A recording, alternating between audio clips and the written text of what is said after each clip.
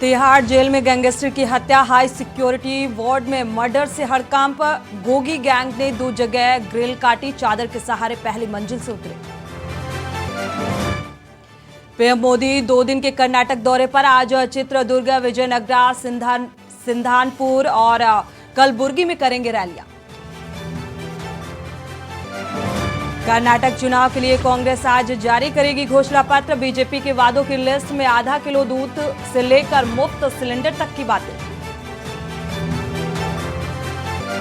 जंतर मंतर पर पहलवानों के धरने का 10वां दिन, ब्रजभूषण का ऑडियो सामने आया। खिलाड़ी को धमकाया, हवा में मत उड़ो बनाना।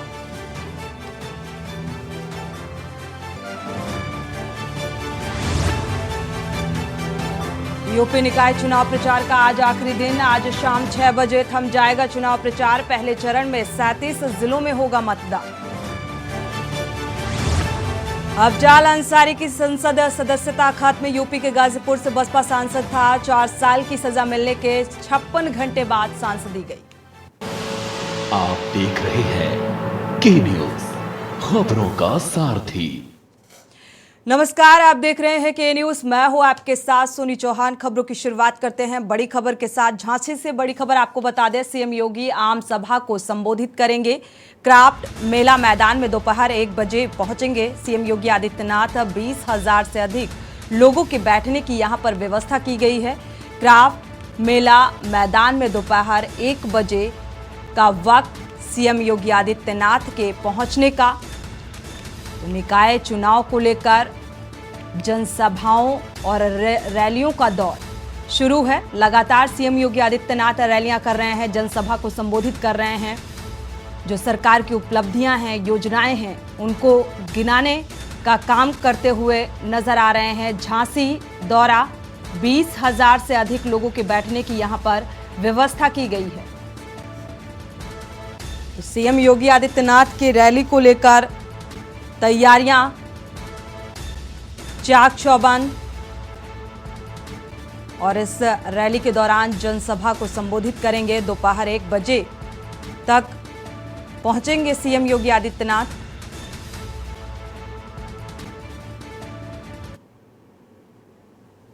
तो निकाय चुनाव को लेकर रैलियों में तेजी देखने को मिल रही है।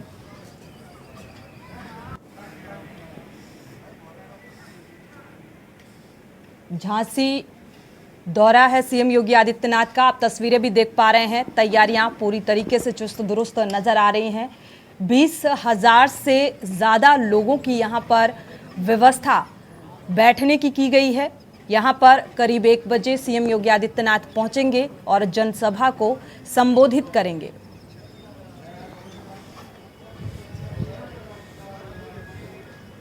तो चुनाव प्रचार प्रसार में तेजी देखने को मिल रही है। रुक करते हैं अगली खबर का। एटा से बड़ी खबर आपको बता दें, कोठरी पर गौवंश को काटने से हड़कंप मचा। गौ तस्करों द्वारा बंबा के किनारे बनी कोठरी पर काटे गए गौवंश। स्थानीय लोगों ने सुबह खेतों पर देखा, जो कटे हुए अवशेष थे गौवंशों के। अवशेष देखकर स्थानीय लोगों ने इस बात की सूचना पुलिस को दी है।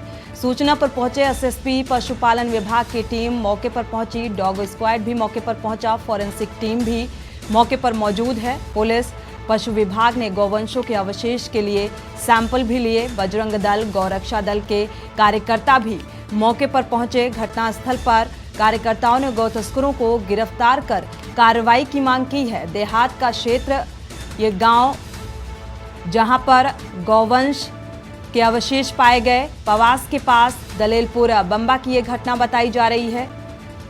प्रशासनिक अमले की मौजूदगी, गौरक्षा दल के भी कार्यकर्ता घटनास्थल पर पहुंचे। फॉरेंसिक टीम और डॉग स्क्वाड। तो इस पूरे मामले की जांच पड़ताल, जो गौवंश के अवशेष थे उनके सैंपल भी लिए गए।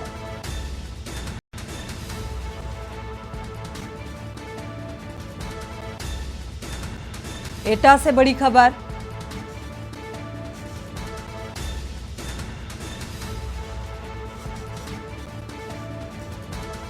इस घटना से कई सवाल भी खड़े होते हैं। एक तरफ गौ रक्षा की बात की जाती है, दूसरी तरफ गौवंशों के अवशेष मिलने से हड़कंप।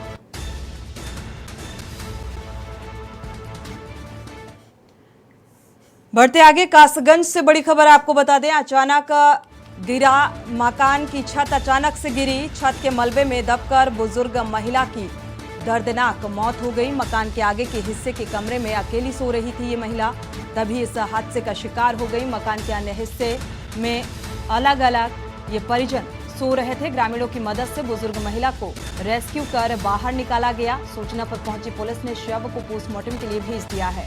कोतवाली सोरू क्षेत्र के गांव रफायतपुर आनंदीपुर गांव की ये घटना बताई जा रही है, जहां पर ये छत जर्जर थी, जिसकी वजह से ये भरभरा कर गिर पड़ी और इसमें एक बुजुर्ग महिला इसकी चपेट में आ गई। तो कोतवाली सोरू क्षेत्र की ये घटना बताई जा रही है। तो रेस्क्यू कर इस बुजुर्ग महिला को फिलहाल निकाला गया है। इस हादसे में इस बुजुर्ग महिला की मौत हो गई। तस्वीरें भी देख पा रहे हैं।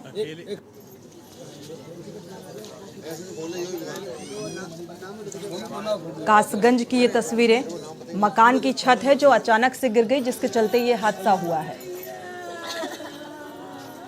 तो इस घटना के बाद से परिजनों में कोहराम।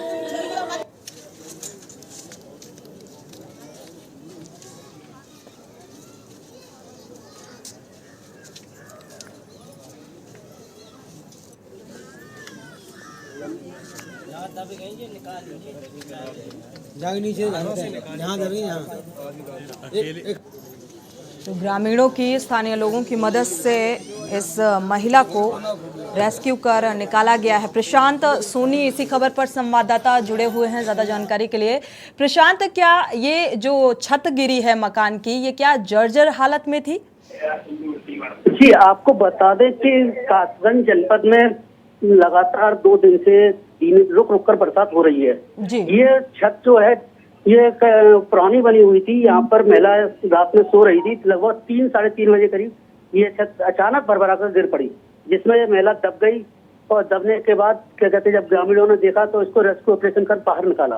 तब तक इस महिला की मौत हो गई थी। वहीं एसडीएम मौके पर पहुंचे। एसडीएम ने ये कही है कि अगर ये महिला पोस्टमार्टम भेजा गया है, महिला के शव को अगर पोस्टमार्टम में दैवीय आपदा निकलती है तो इसको 4 लाख रुपए का मुआवजा भी मिलेगा। जी। साथ ही प्रशांत, जो परिजन थे वो भी इस मकान में ही अलग अलग हिस्से में सो रहे थे। तो क्या किसी तरीके की और भी हानि देखी जा रही है? अगर घर में रखे सामान की बात करें, इस तरीके का कोई जानकारी मिल पा रही है? जी, आपको बता दूं कि इसमें जो महिला सो रही थी वहां पर भैंस वगैरह पौए बंधे हुए थे, उनके जानवर बंधे हुए थे। जानवर हल्के फुल्के चुटेल हुए हैं, बल्कि परिजन दूसरे मकान में इसलिए पिछले हिस्से में इसलिए गए थे क्योंकि परिजन सुबह दर्शन के लिए पूर्णागिरी जाने वाले थे, तो दूसरे हिस्से में गए हुए थे, वहां पर अपनी तैयारी कर रहे थे। शुक्रिया प्रशांत इस तमाम जानकारी को साझा करने के लिए। हालांकि कुछ जानवर हैं जो चुटहिल हो चुके हैं इस हादसे में। एक महिला की दर्दनाक मौत हो चुकी है और पोस्टमार्टम के लिए भेज दिया गया है महिला के शव को। इस बुजुर्ग महिला के शव को पोस्टमार्टम के बाद क्या कुछ रिपोर्ट आती है, उसके आधार पर एसडीएम ने इस बात का आश्वासन दिया है कि 4 लाख का मुआवजा इस परिवार को दिया जाएगा। तो काफी जर्जर हालत में, काफी पुराना मकान बताया जा रहा है, जैसा कि हमारे संवाददाता ने बताया। पुराना मकान होने की वजह से लगातार हो रही बारिश के चलते, रुक रुक कर हो रही बारिश के चलते ये हादसा हुआ, जिसके चलते ये मकान की छत गिर गई और एक बुजुर्ग महिला इस हादसे का शिकार हो गई। बढ़ते आगे, श्रावस्ती से बड़ी खबर आपको बता दें। निकाय चुनाव के मद्देनजर आबकारी विभाग की कार्रवाई सामने आई है। डीएम नेहा प्रकाश के आदेश पर आबकारी टीम ने छापेमारी की। हरदत्त नगर गिरिंट क्षेत्र के 2 गांवों में कई जगह छापेमारी की गई। आबकारी टीम ने मौके से 15 लीटर कच्ची शराब की बरामदगी की है। छापेमारी में 300 किलो लहन भी आबकारी टीम के हाथ लगा। शराब के अवैध कारोबारियों पर आबकारी अधिनियम के तहत मामला दर्ज किया गया है। कार्रवाई की जाएगी। तो इस वक्त आबकारी विभाग भी पूरी तरह से सतर्क नजर आ रहा है। जिस तरीके से छापेमारी अभियान चलाया गया है, 300 किलो लहन भी आबकारी टीम के हाथ लगा, जिसे नष्ट किया गया। कारोबारियों पर आबकारी अधिनियम के तहत मामला दर्ज किया गया है, क्योंकि निकाय चुनाव होने हैं और इसको लेकर ऐसी गतिविधियों में तेजी देखने को मिलती है। इसको लेकर एक सतर्कता भी नजर आ रही है। तो डीएम के आदेश पर आबकारी विभाग का छापेमारी अभियान तेज होता नजर आ रहा है। तो आबकारी टीम को मौके से 15 लीटर कच्ची शराब बरामद हुई। 2 गांवों में कई जगह छापेमारी की गई।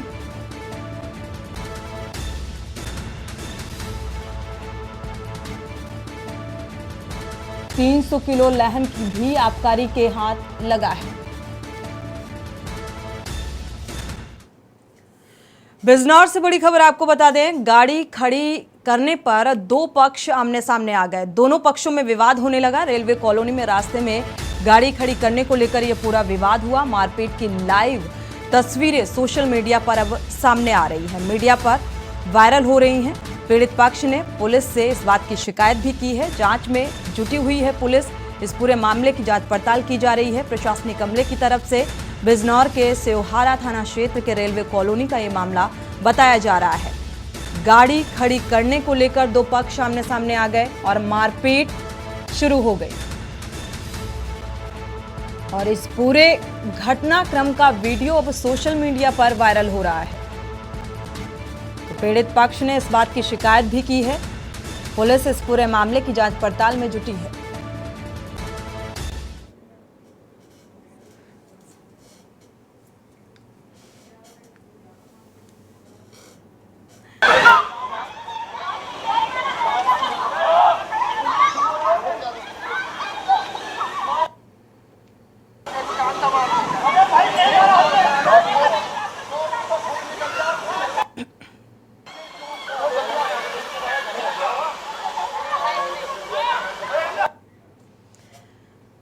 बढ़ते आगे, मेरठ से बड़ी खबर आपको बता दें। 3 नकाबपोश बदमाशों ने व्यापारी से लूट की वारदात को अंजाम दिया। प्रयास किया। व्यापारी के बैग में रखे करीब 10,000 की लूट करने में बदमाश फिलहाल असफल रहे। गोली मारने की धमकी देकर मौके से फरार हो गए। तमंचा लहराते हुए ये बदमाश वहां से फरार हुए। व्यापारियों ने थाने में पहुंचकर इस बात की तहरीर भी दी है। मेरठ के मवाना थाना क्षेत्र का ये मामला बताया जा रहा है।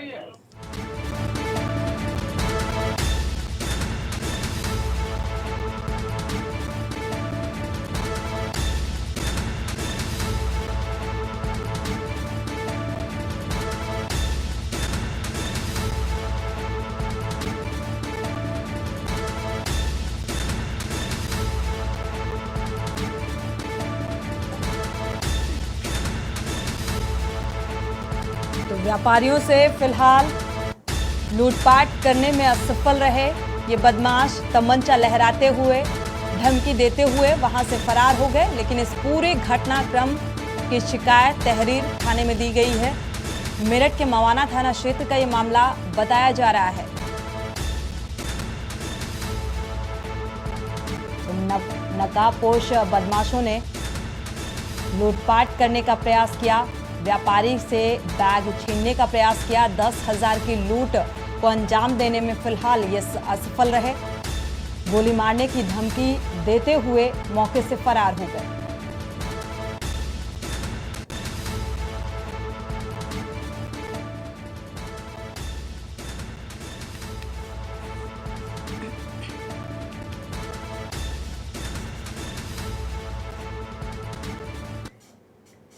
यहां रुकेंगे एक छोटे से ब्रेक के लिए, लौटेंगे जल्द। आप देख रहे हैं के न्यूज, खबरों का सारथी। ब्रेक से वापस आ रहे हैं। सीधे रुख करते हैं प्रयागराज का, जहां पर अतीक और अशरफ अहमद हत्याकांड के बाद पहली बार सीएम योगी आदित्यनाथ प्रयागराज पहुंचे हुए हैं। धरती को नमन करता हूं। भाइयों बहनों, रामचरितमानस में संत तुलसीदास जी ने एक बात कही थी, कर्म प्रधान विश्व रसि राखा, जो जस करहि सो तस फल चाखा। और मुझे लगता है कि ये पंक्तियां आज भी उसी प्रकार की प्रासंगिक हैं जैसे मध्यकाल में थी। जीवन की शाश्वतता का संदेश देने वाले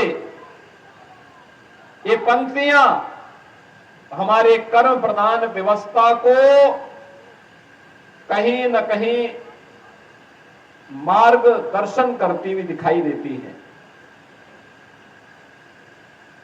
जिस प्रयागराज में दुनिया अपनी आध्यात्मिक पिपासा के लिए आती है,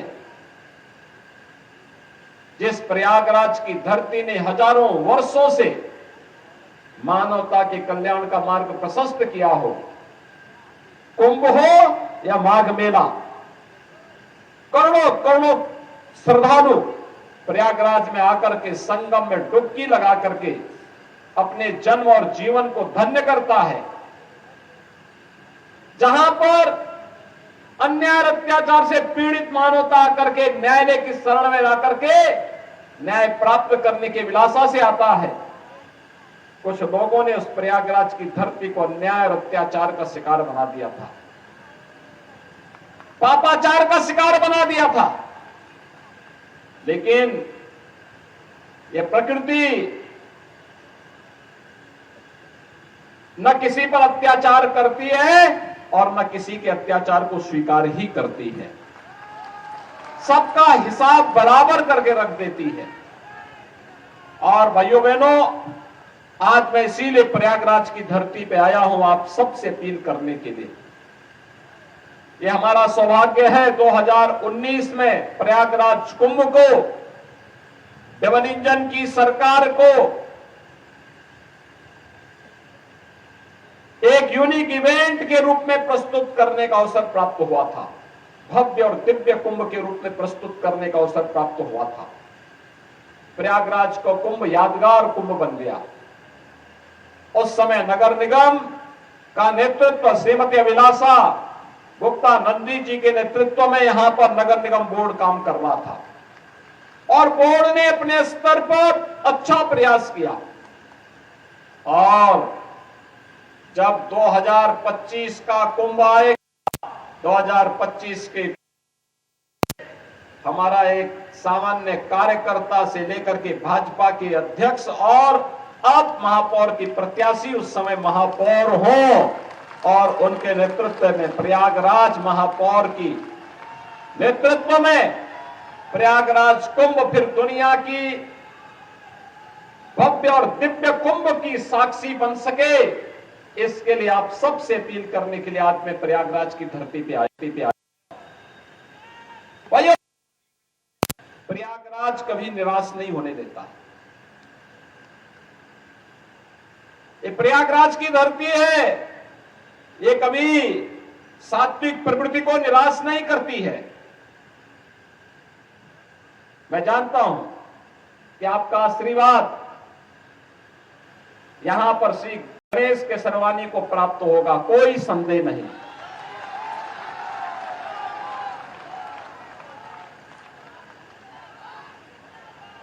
इन्होंने एक कार्यकर्ता के रूप में जिस निष्ठा के साथ कार्य किया और आज जब भाजपा ने एक अवसर दिया कि महापौर पद पर कोई भाजपा का एक सामान्य कार्यकर्ता चुनाव जीतने की सामर्थ्य रखता है, रखे और उसे हम प्रत्याशी बनाकर के उतार रहे हैं।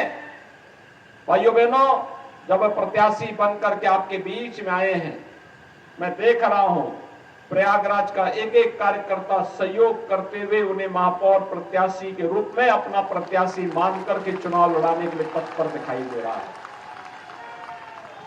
और यह होना भी चाहिए।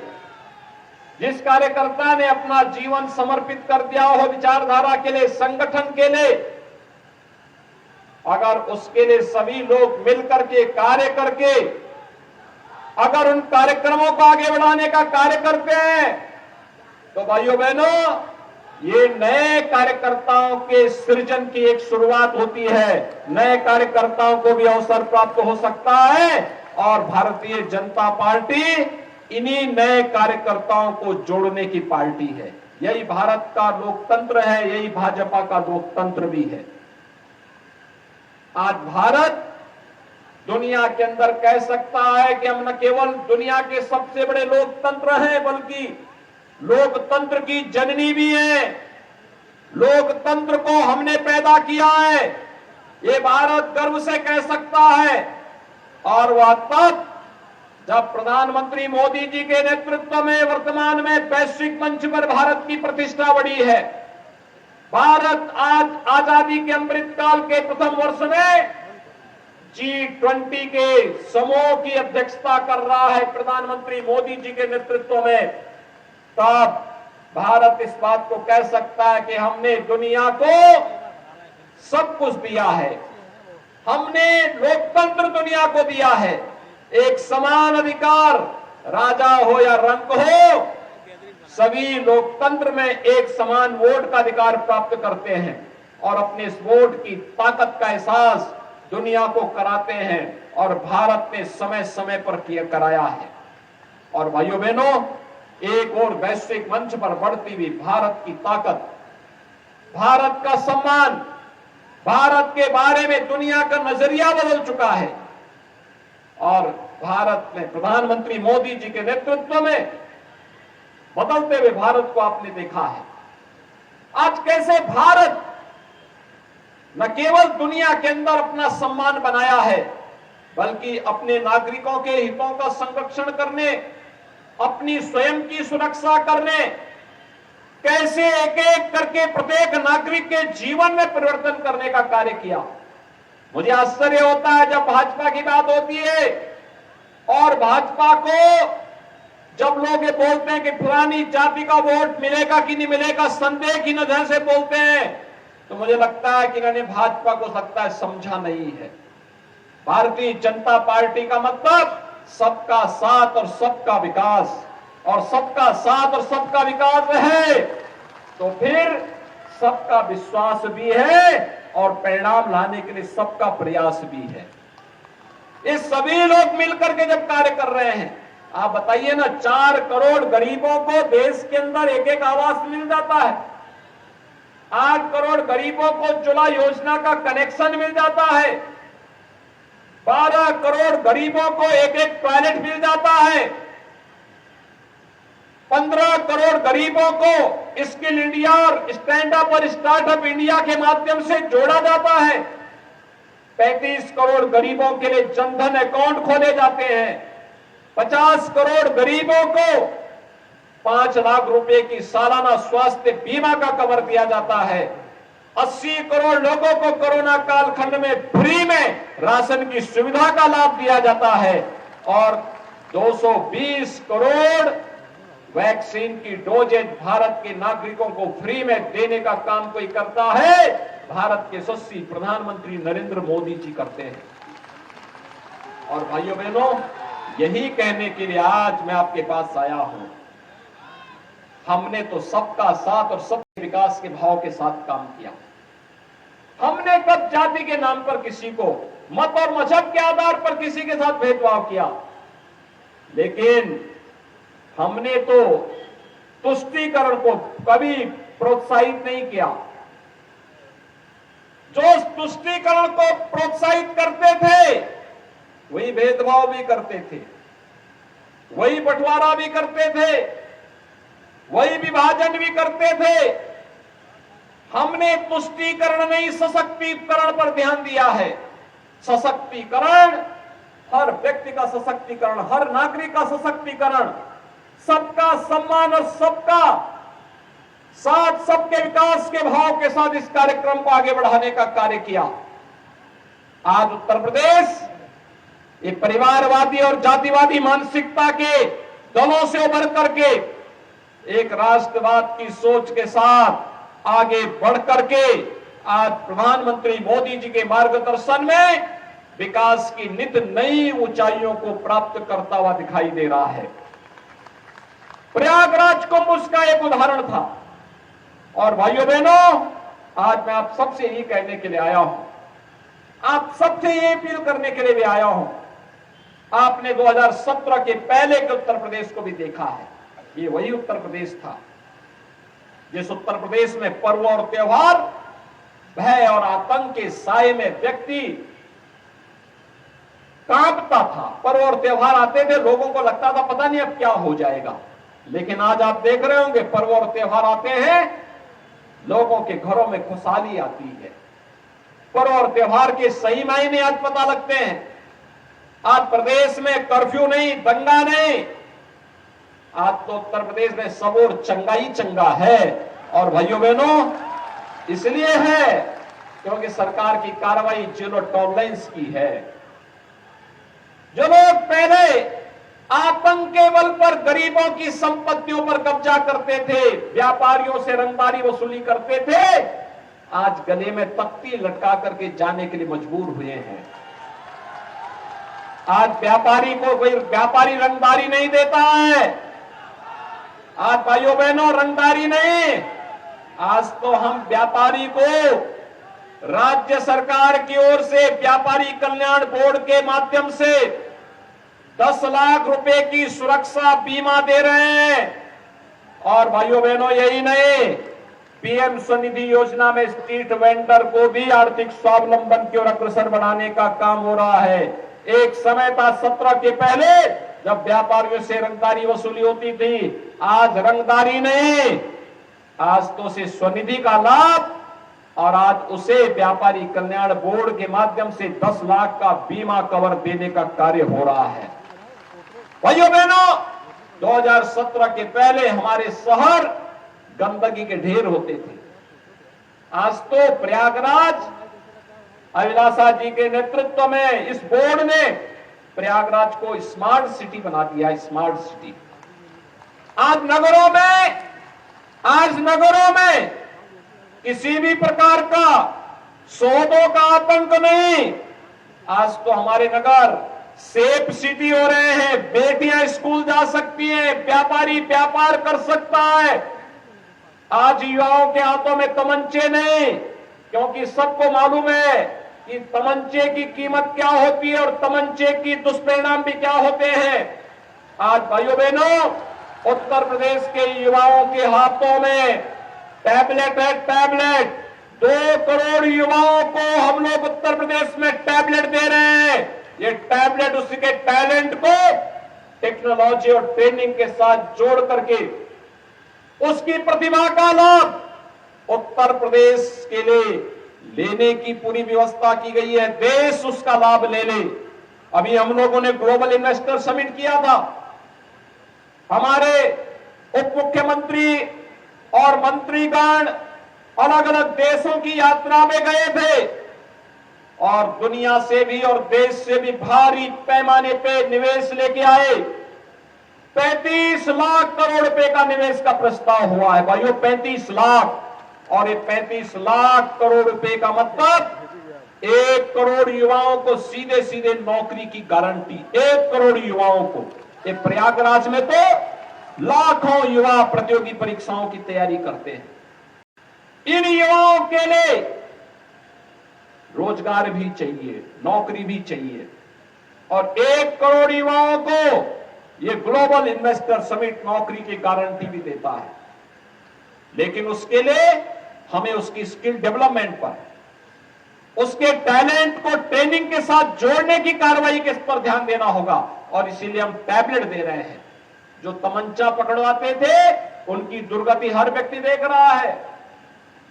और इसीलिए अब तमंचा नहीं, उत्तर प्रदेश की पहचान आईटी स्किल के लिए जानी जाएगी। और इसलिए हमारे युवाओं के हाथों में टैबलेट रहेगा। और इसलिए भाइयों बहनों, हमें प्रयागराज को अभी से सजाने संवारने की कार्रवाई के साथ जुड़ना होगा। 2025 का कुंभ ऐतिहासिक हो, दिव्य हो, भव्य हो, दुनिया की स्वच्छ, सुंदरता, सुरक्षित आयोजनों का एक मॉडल फिर से बने। इसके लिए अभी से लगना होगा और इसके लिए अच्छा बोर्ड भी चाहिए। आप गणेश जी को जिताएंगे, कोई समस्या नहीं। हर ओर से आवाज आ रही है, जनता जनार्दन आशीर्वाद दे रही है। लेकिन इनके हाथ पैर तो नगर निगम बोर्ड में पार्षद होंगे, पार्षद। इसलिए 100 पार्षदों में से भी इनका मेजॉरिटी का बोर्ड बने, इसके लिए भी कमल का फूल हर वार्ड में खिलता हुआ दिखाई देना चाहिए। आप तैयार हैं? सभी लोग तैयार हैं? यहां पर केशव जी कैंप कर रहे हैं, यहां पर नंदी जी कैंप कर रहे हैं, यहां पर स्वतंत्र देव सिंह जी कैंप कर रहे हैं, यहां पे सिद्धार्थनाथ सिंह जी कैंप कर रहे हैं। हमारे 3 सांसद आपने यहां से दिए हैं। हमारे सभी विधायकगण और एमएलसी गण यहां पर कैंप कर रहे हैं। वरिष्ठ जन है, संगठन के पदाधिकारी हैं, इन सब का आशीर्वाद एक साथ प्राप्त हो जाएगा। इस दृष्टि से आप सबका आशीर्वाद भी चाहिए। सहमत हैं सभी लोग? गणेश केसरवानी जी के नेतृत्व में फुल मेजोरिटी का बोर्ड बनाएंगे प्रयागराज में।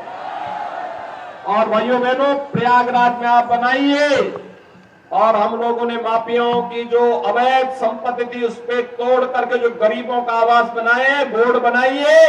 अगले महीने उस संपत्ति पर गरीबों को आवास आवंटन करने के लिए भी आने जा रहे हैं। यहां पर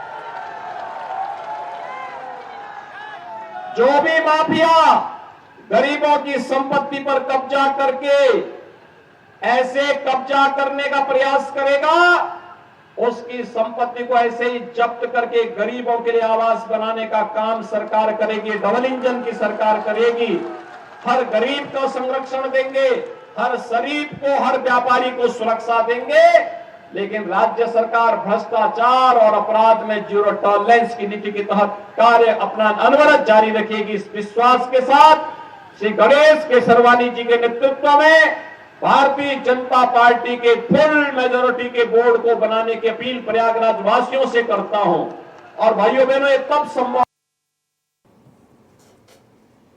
लोग करने के लिए जाएंगे। पहले मतदान, फिर जलपान। तैयार हैं? करेंगे भी और लोगों से करवाएंगे भी ना। मतदान करवाने के लिए तैयार रहने के लिए आपसे अपील करते हुए वाणी को यहीं पर विराम देता हूं। आप सब एक बार गणेश जी के और पार्षदों के समर्थन में यहां पर मेरे साथ बोलेंगे, भारत माता की, भारत माता की, भारत माता की। अब मैं धन्यवाद के लिए आमंत्रित करता हूं प्रवीण कुमार पटेल जी।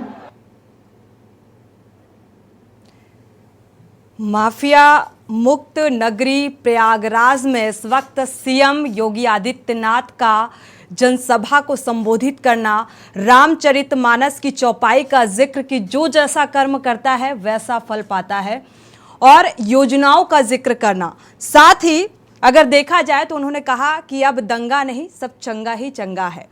अब की बार यानी कि 2025 का जो कुंभ होगा वो ऐतिहासिक होगा। तमाम बातों का जिक्र किया, लेकिन उन तमाम बातों में जो एक बात साफ होती नजर आई, उसके लिए सिर्फ इतना ही कहेंगे, ये तमाशे नहीं यूं ही दिखाए जाते हैं। ये तमाशे नहीं यूं ही दिखाए जाते हैं, शोर के नीचे कई सच छुपाए जाते हैं। इसी के साथ बुलेटिन में फिलहाल बस इतना ही। आगे खबरों के लिए आप देखते रहिए के न्यूज इंडिया। आप देख रहे हैं के न्यूज, खबरों का सारथी।